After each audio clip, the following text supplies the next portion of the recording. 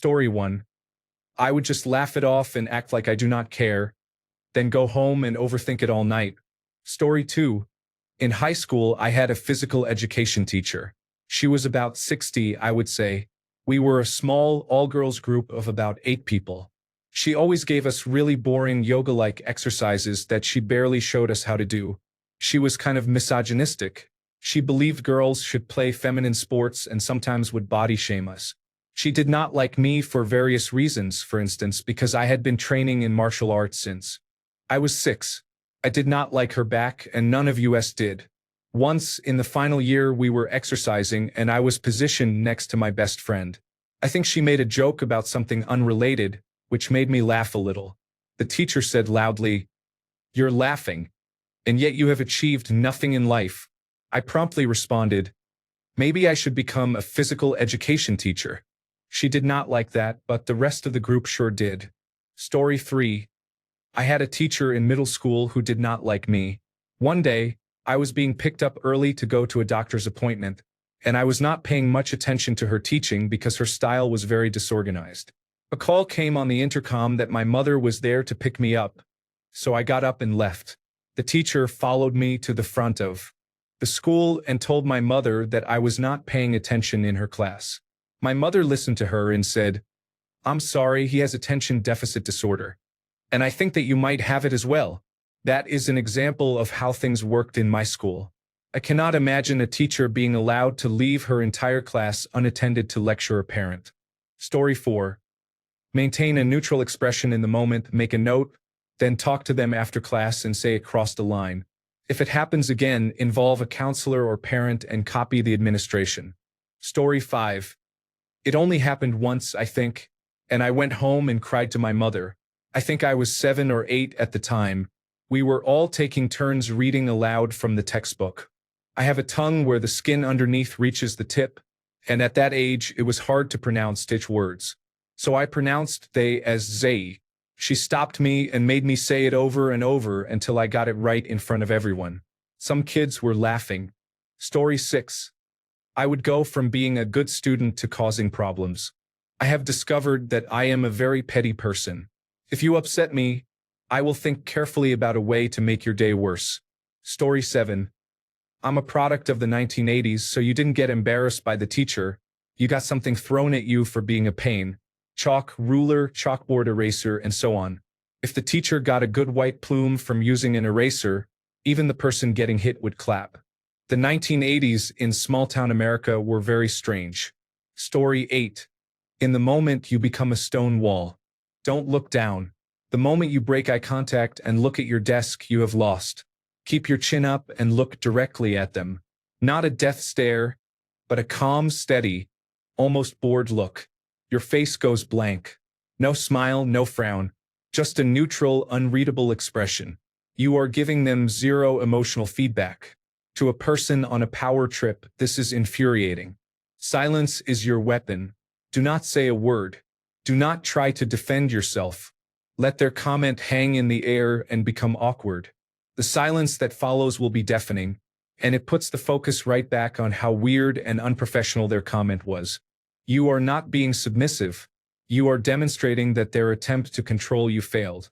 You are a black hole of emotion, and their power trip gets sucked right in and disappears. The other kids will notice your composure far more than the teacher's inappropriate comment. After class, you reclaim the power. Wait until the end of the class or the end of the day. Let your own anger cool down.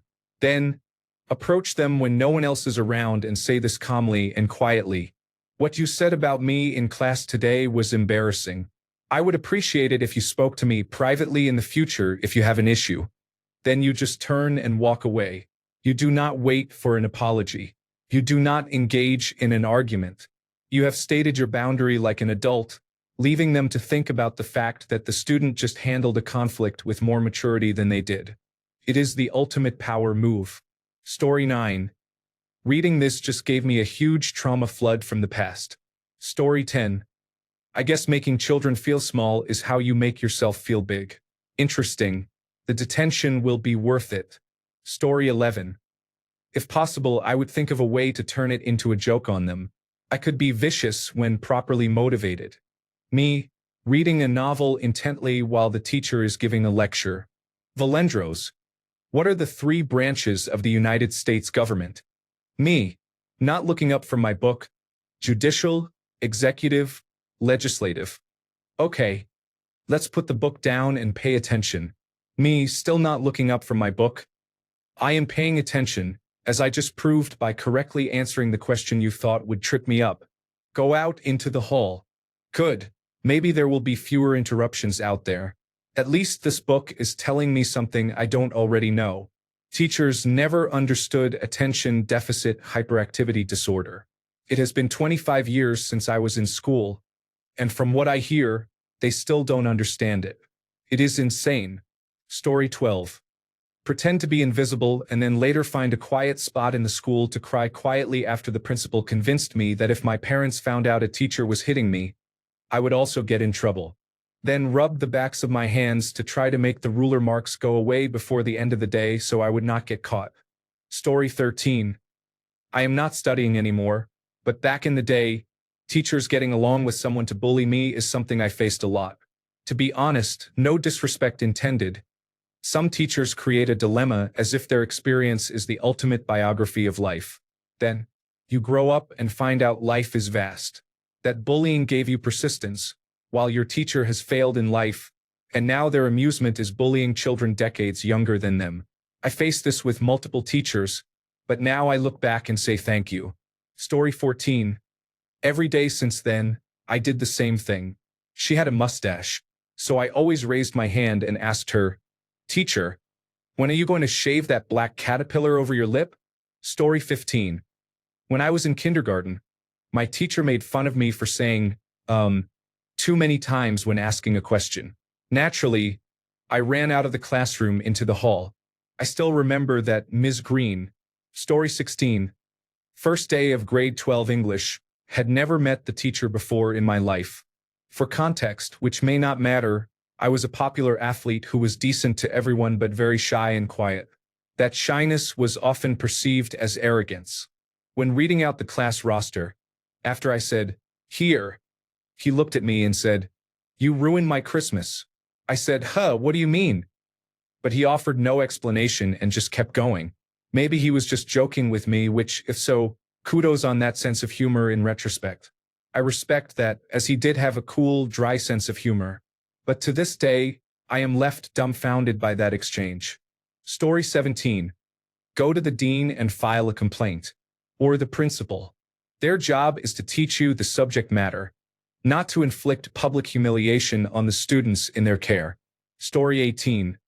At school, this often happened simply because no teacher could interest me in their subject. I tried to do the bare minimum without understanding why I needed it. Even when I did the bare minimum, teachers shamed me in front of the whole class several times. It was unpleasant, but in general, this state quickly passed. Story 19.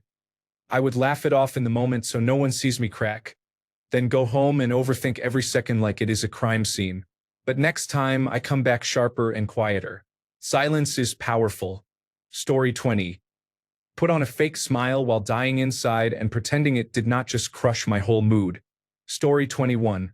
When I was in elementary school, I had to deal with a difficult teacher who took any opportunity to berate many of us, except her favorite student, whenever we chose a different method that still worked. I told my parents. They told me to give her a taste of her own medicine and berate her. This was in the 1990s, by the way. However, it was a Korean couple who took matters into their own hands to help their child when that teacher was finally taught a lesson. Story 22. The answer depends on what you did and what you are considering embarrassing. Story 23. I had a professor in college who would make people read passages from our textbook out loud. If you stumbled or mispronounced something, she would say something demeaning or condescending and make you start the passage over. I dropped that class quickly. Story 24. Depends on what they said, then make them feel bad. You can't have your phone in class. Sorry. I was texting my mother about my grandfather's funeral tomorrow. This is just made up to show my point. Story 25. Go up to them after class and say, "I do not know if it was intentional or not, but you embarrassed me. Please do not do that again." Story 26. I would probably just ignore the teacher and then act superior. Story 27. Just laugh it off in the moment. Do not give the class more fuel. Story 28. I would just laugh it off. It has happened a few times. Even if it does bother you, do not let it seem that way because people latch onto it. Story 29. Depends. If it is a funny teacher who is just trying to crack some fun, then laugh it off. Your friends will remember it and have a good laugh with you about it in the future too. If it is a serious matter and they embarrassed you in front of the class, there are two options. 1. Salvage what is left of your dignity by trying to act respectfully, apologizing, and playing the innocent card. 2. Accept defeat, lay low, and hope everyone forgets it with time. Story 30. In 10th grade, a teacher embarrassed me, and I overreacted by ripping every page out of her grade book, shredding them, and then throwing them out the window during a thunderstorm. The other students were extremely angry about this, with one even threatening to harm my father. Story 31. My first day of school was when I was 16 years old, at a community college. I had been homeschooled all my life until this point and was attending my first classes outside of church-type settings. I was in Psychology 101 and was very nervous. I am typically very quiet, especially in group settings, but since it was my first time in this type of situation, I was completely silent except for saying "here" during roll call. There were two people behind me talking throughout class and being somewhat disruptive. I ignored them. The teacher eventually got tired of the talking but blamed me, not the girl behind me. She berated me in front of the class, and I did not know what to do, so I just took it. Never stood up for myself. If I could go back, I'm not sure I would have said something to the teacher or later addressed it with the girl behind me by saying, "Hey, you got me in trouble. Please don't do that again." But almost 20 years later, I still remember it vividly. This teacher also made an experiment out of calling me by the wrong name. For roll call, she used my actual name, but during class and on campus, she called me a different name. Once again, not having any social skills, I never corrected her. On the last day of class, she informed the entire class of her experiment, and I felt humiliated.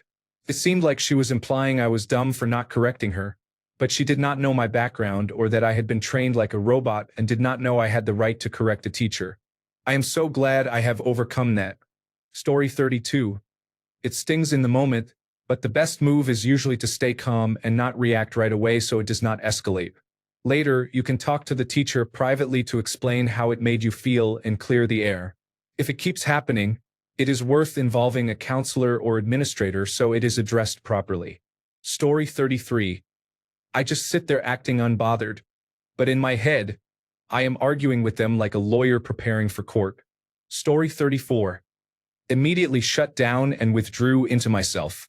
I remained silent and spaced out for the rest of the class. Story 35. I hate bullies. Adults who bully children are a special breed of human scum.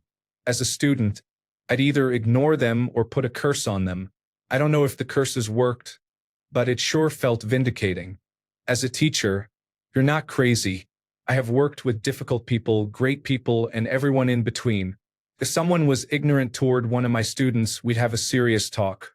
If that didn't work, I'd contact administration. If that didn't work, I'd contact the parents. As a parent, go in guns blazing. I got a vice principal fired once. One of my finest moments. Just remember, even as a student, you have power. Honestly, I'm shocked teachers still pull this behavior considering every kid in the room can record them. Story 36. As an instructor, I think it is important to ask oneself why the instructor did this. If I am giving a lecture on something and ask a student a question, and they give a nonsense answer because they were not paying attention, I will call that student out. Maybe next time they will pay attention. However, there is a fine line between teaching a student a lesson for not paying attention and belittling them. I believe students deserve the same level of respect as an instructor. If I am not prepared for class, it is fair for the student to call me out. If they are not prepared for class, I think it is fair for me to call them out. Story 37. You just sit there. One of my childhood teachers outright bullied me and called me names in front of the other students. I sat there, helpless. She took away my textbooks and desk, sat me in a chair against the wall, and left me there for most of the school year. Story 38. Laugh in front, cry in bed thinking about it all night, to be honest. Story 39. The best move in that moment is to just play it cool. Even if you are dying inside, a little smile, maybe even a quick joke, can flip the vibe. People usually forget much faster than you think. Story 40. I can think of many times. For example, one teacher said, "You look upset. Why don't you go for a walk around the school to calm down?" I said, "Yes, sure." I walked home. Story 41. I used to get very upset, then tell my mother, and she would do the same. I love my mother. She was always on my side. Story 42. My 5th grade teacher called me out. Class was about to end, and I was gathering everything to go when she asked me if I heard her. I recited every word, including, "Did you hear me?" Story 43. Recently, there was a case in Mexico where a college teacher was constantly bothering a student until the student became fed up and hit him.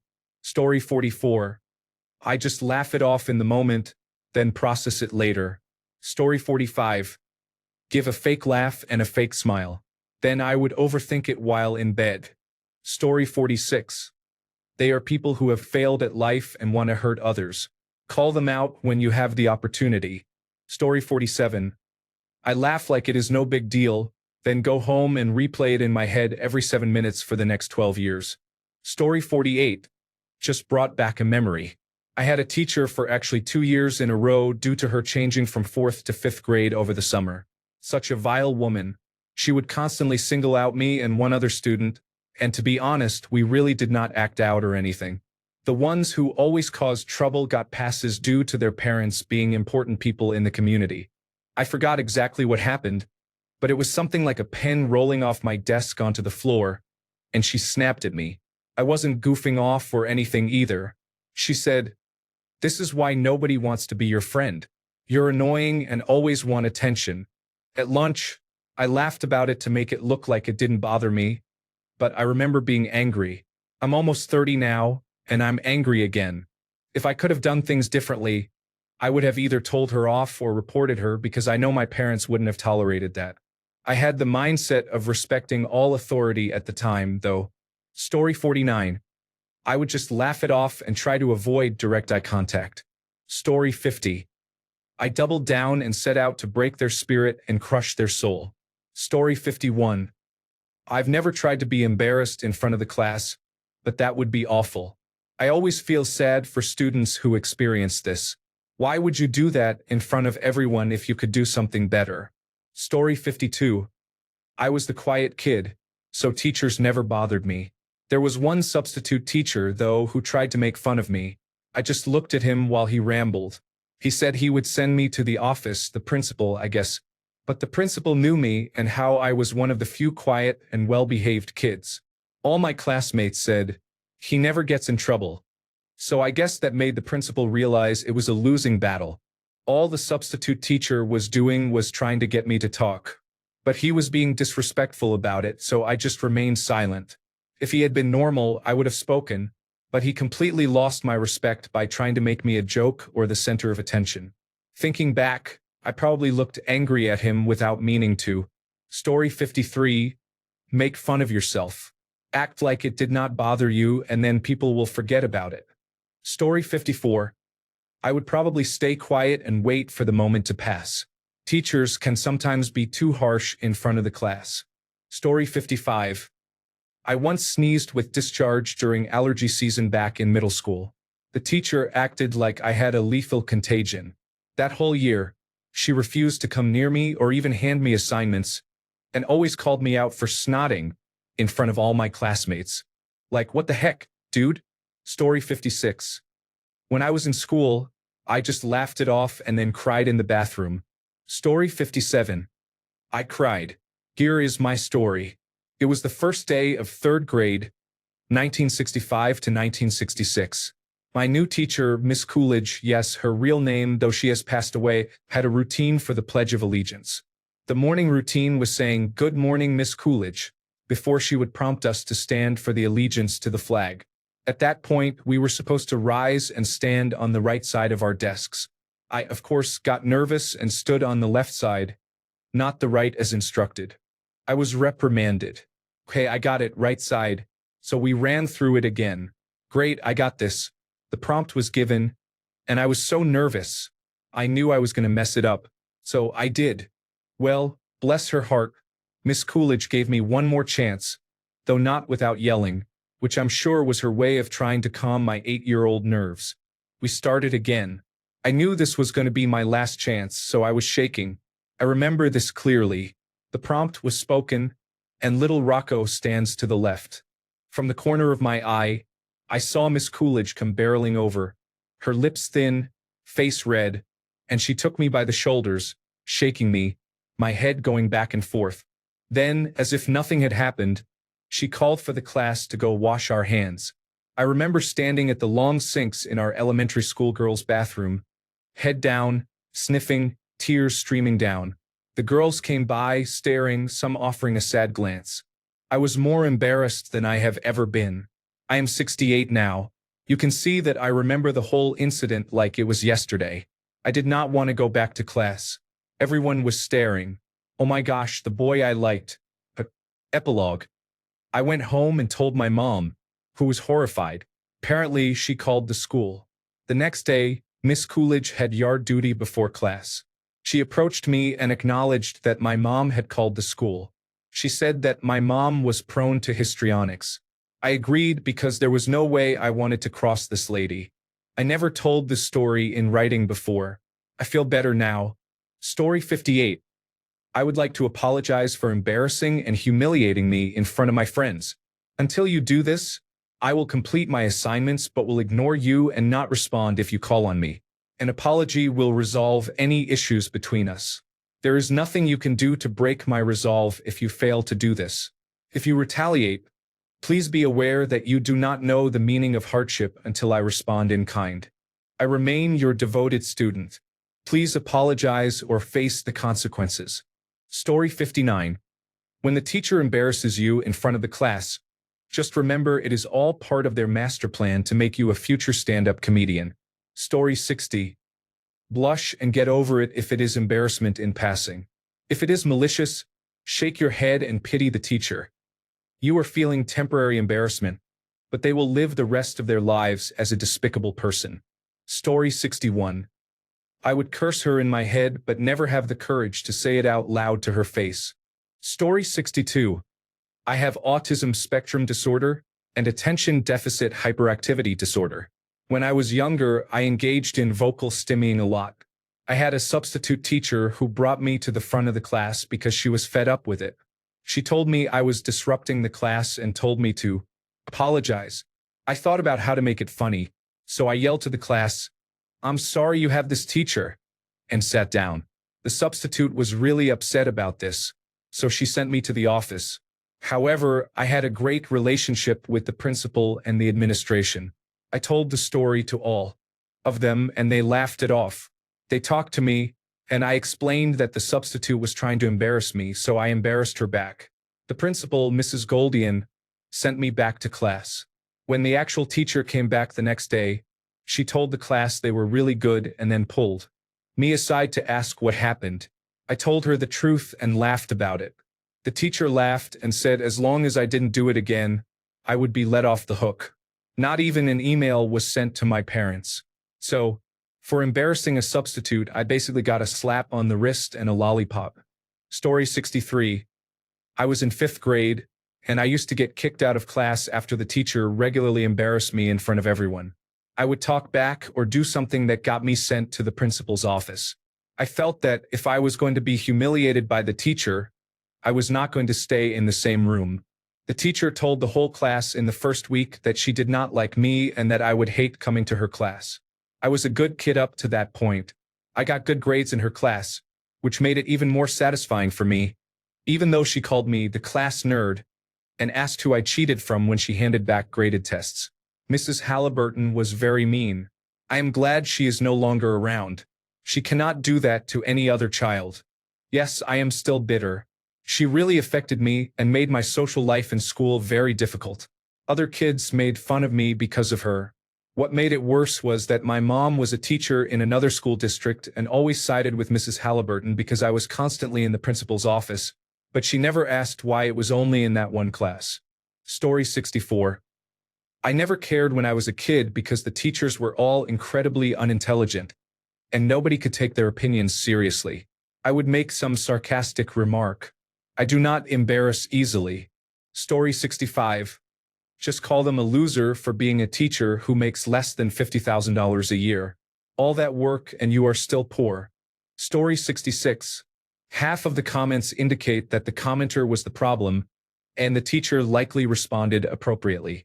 Thanks a bunch for sticking around till the end of the video. Remember to subscribe, and until next time, stay awesome and goodbye.